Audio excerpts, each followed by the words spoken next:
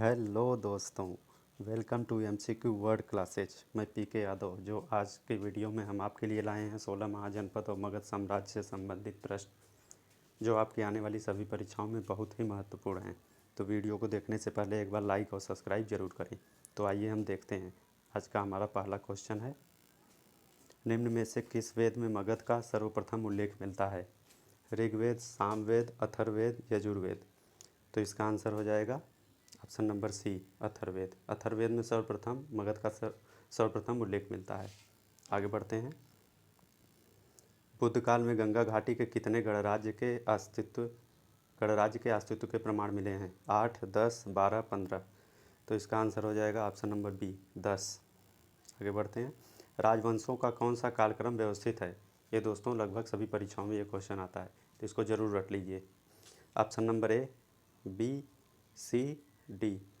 तो इसका आंसर हो जाएगा हर्यक वंश, शिशुनाग वंश, नंद वंश। Option number D is the right answer. आगे बढ़ते हैं। हमारा अगला क्वेश्चन है, सूरसेन महाजनपद की राजधानी कहाँ थी? पीसीएस 2013 में आया हुआ क्वेश्चन है दोस्तों।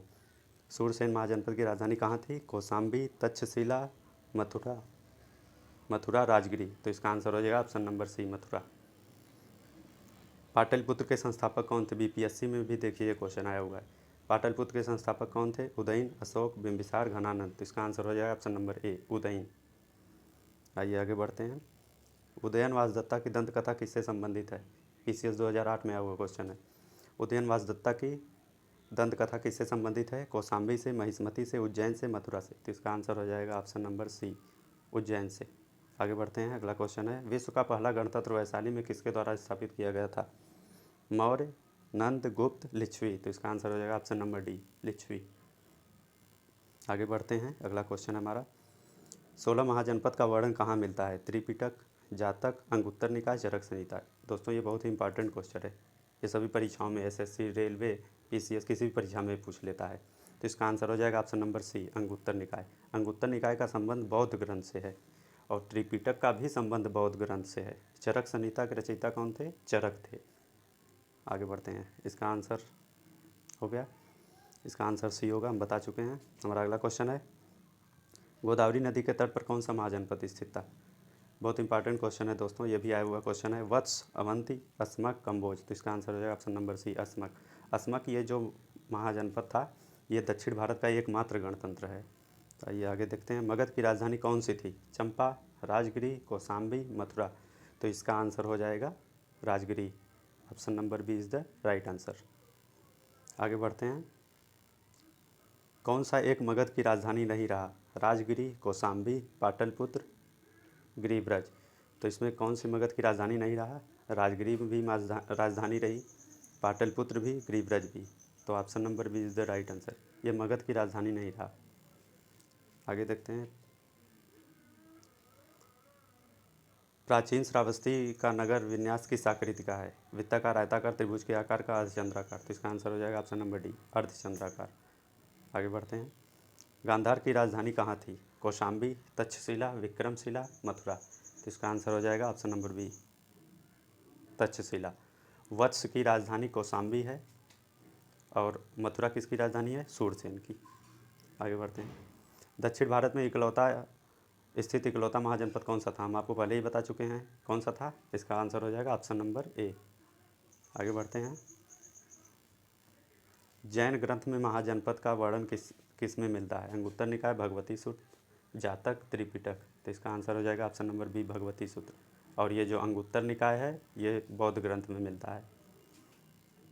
महाजनपद को किस दूसरे नाम की संज्ञा दी जाती है?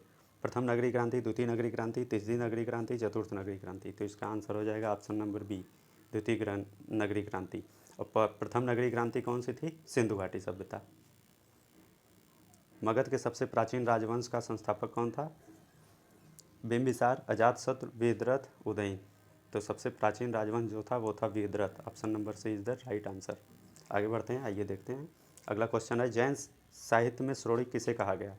अजातशत्रु, बिंबिसार, घनानंद, महापद्मनंद। तो इसका आंसर हो जाएगा ऑप्शन नंबर बी, बिंबिसार को श्रोणी कहा जाता है। आगे बढ़ते हैं। किसके शासनकाल में बुद्ध को महापरिनिर्वाण प्राप्त हुआ था? ये बहुत इंपॉर्टेंट क्वेश्चन है दोस्तों। अजातशत्रु, घनानंद, बिंबिसार, प्रसेनजीत। तो इसका आंसर हो जाएगा अजातशत्रु। अजातशत्रु के ही शासनकाल में प्रथम बौद्ध संगीत हुई थी। और कब हुई थी? ये हुई थी 483 BC में। कब हुई थी? 483 BC में प्रथम बौद्ध संगत हुई थी। और इन्हीं के शासनकाल में महात्मा बुद्ध को महापरिनिर्वाण भी प्राप्त हुआ था। कहाँ पे हुआ था? कुशीनगर में। पुराणों में किस शासक को सर्व छत्रात्मक की उपाधि दी गई? बहुत इंपॉर्टेंट क्वेश्चन दोस्तों। महापद्मनंद, बिंबिसार, अजातशत्रु, घनानंद। तो इसका आंसर हो जाएगा ऑप्शन नंबर ए, महापद्मनंद। सर्व छत्रात्मक का मतलब होता है क्षत्रियों का नाश करने वाला। इसका आंसर हो गया। आइए देखते हैं अगला क्वेश्चन। कौन सा शासक सिकंदर का समकालीन था? बहुत इंपॉर्टेंट क्वेश्चन दोस्तों, एसएससी में आया हुआ क्वेश्चन है और ये कई बार आया हुआ क्वेश्चन, तो इसे जरूर रट लीजिए। महापद्मनंद, घनानंद, अजातशत्रु, अशोक। तो कौन सा समकालीन था? Option number B, Ghananand.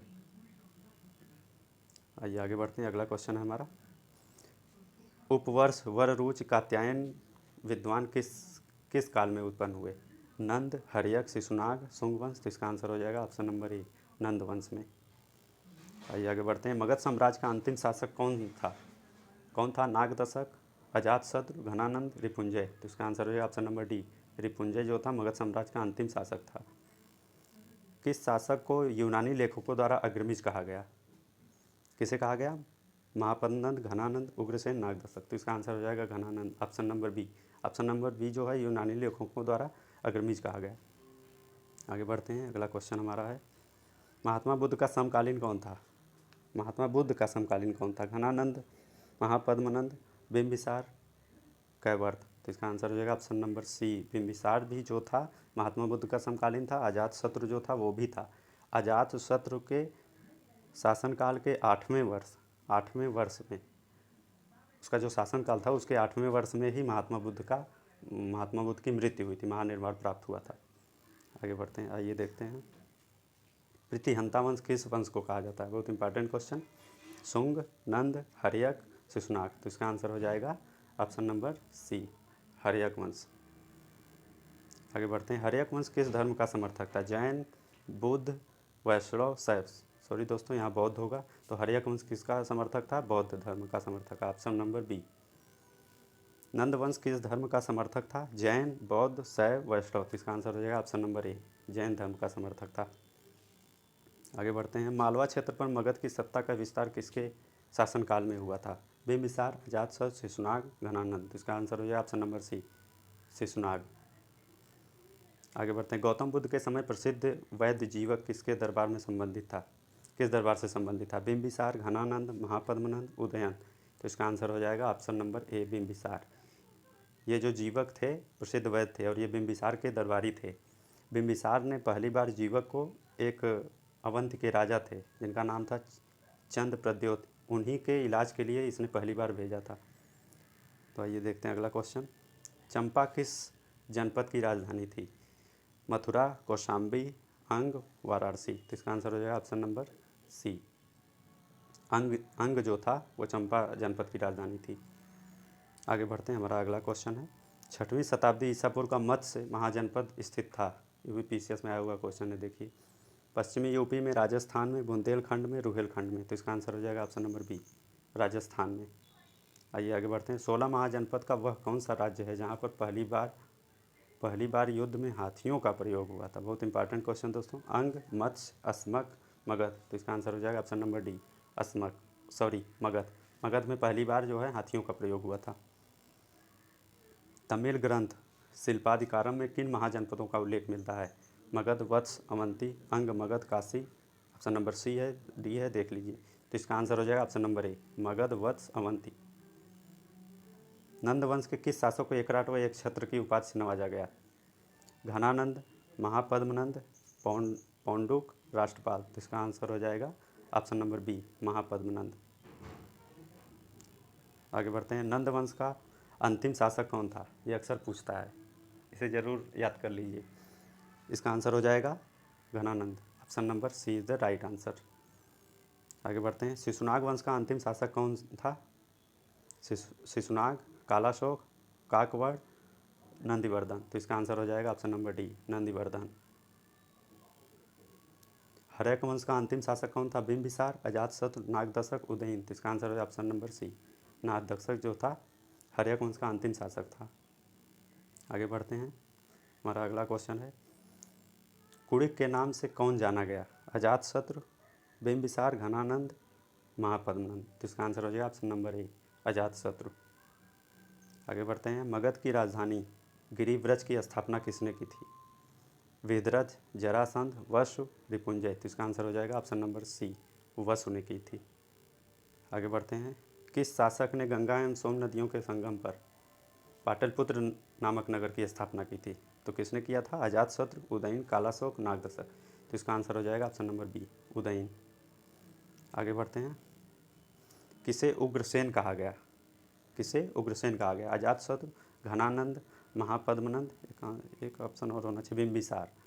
तो इसका आंसर कौन सा हो जाएगा? Option number B, Ghananand. Ghananand को उग्रसेन भी कहा गया। सॉरी दोस्तों, उग्रसेन जो कहा गया, घनानंद को अग्रमीज कहा गया था। किसके द्वारा कहा गया था? यूनानी लेखकों द्वारा। तो इसका आंसर हो जाएगा option number C, Mahapadmanand. Mahapadmanand को बहुत सारे नामों से कहा गया। क्या क्या? उग्रसेन कहा गया, एकराट, सर्वछत्रात्मक, क्षत्रियों का नाश करने वाला, ये सभी नामों से इसे कहा गया। आइए आगे बढ़ते हैं। हमारा अगला क्वेश्चन है, मगध का कौन सा राजा सिकंदर महान का समकालीन था? कौन था? महापद्मनंद, अजातशत्रु, कैवर्त, घनानंद। तो इसका आंसर हो जाएगा ऑप्शन नंबर डी, घनानंद जो था सिकंदर का समकालीन था। किस शासक ने मगध की राजधानी राजगृह से पटना पाटलिपुत्र स्थानांतरित की थी? किसने किया था? बहुत इंपॉर्टेंट क्वेश्चन है। अजातशत्रु, बिंबिसार, उदयन, कालाशोक। तो इसका आंसर हो जाएगा option number C, Udayan. Udayan ने किया था। निम्न में से किसे सेनिया, सेनिया का मतलब होता है नियमित और जो स्थायी सेना रखने वाला होता था, उसे सेनिया कहा जाता था। तो किसने रखा था स्थायी सेना? बिंबिसार, अजातशत्रु, राष्ट्रपाल, घनानंद। तो इसका आंसर हो जाएगा ऑप्शन नंबर ए, बिंबिसार जो था उसे सेनिया कहा जाता था। हमारा अगला क्वेश्चन है, काशी और लिच्छवी का विलय मगध साम्राज्य में किसने किया था? काशी और लिच्छवी का विलय मगध साम्राज्य में किसने किया था? Option number A, Bimbisara, Ajatashatru, Chandragupta Maurya, Ghananand. तो इसका आंसर हो जाएगा ऑप्शन नंबर ए, बिंबिसार ने किया था। आगे बढ़ते हैं। गृहपद का क्या अर्थ होता है? बहुत इंपॉर्टेंट क्वेश्चन है, ये पीसीएस में आया हुआ क्वेश्चन है दोस्तों।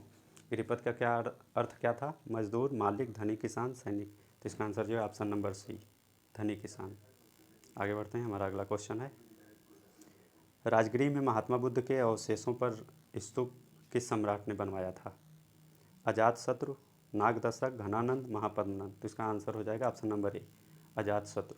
अजातशत्रु जो था बुद्ध के अवशेषों पर स्तूप बनवाया था। आगे आगे बढ़ते हैं।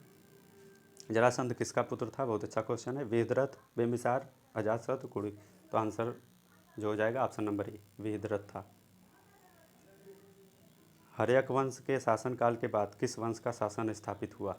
शुंग वंश, नंद वंश, शिशुनाग वंश, मौर्य वंश। तो इसका आंसर हो जाएगा ऑप्शन नंबर सी, शिशुनाग वंश। दोस्तों ये हमारा अंतिम क्वेश्चन था। वीडियो को एक बार लाइक और सब्सक्राइब जरूर करें। धन्यवाद।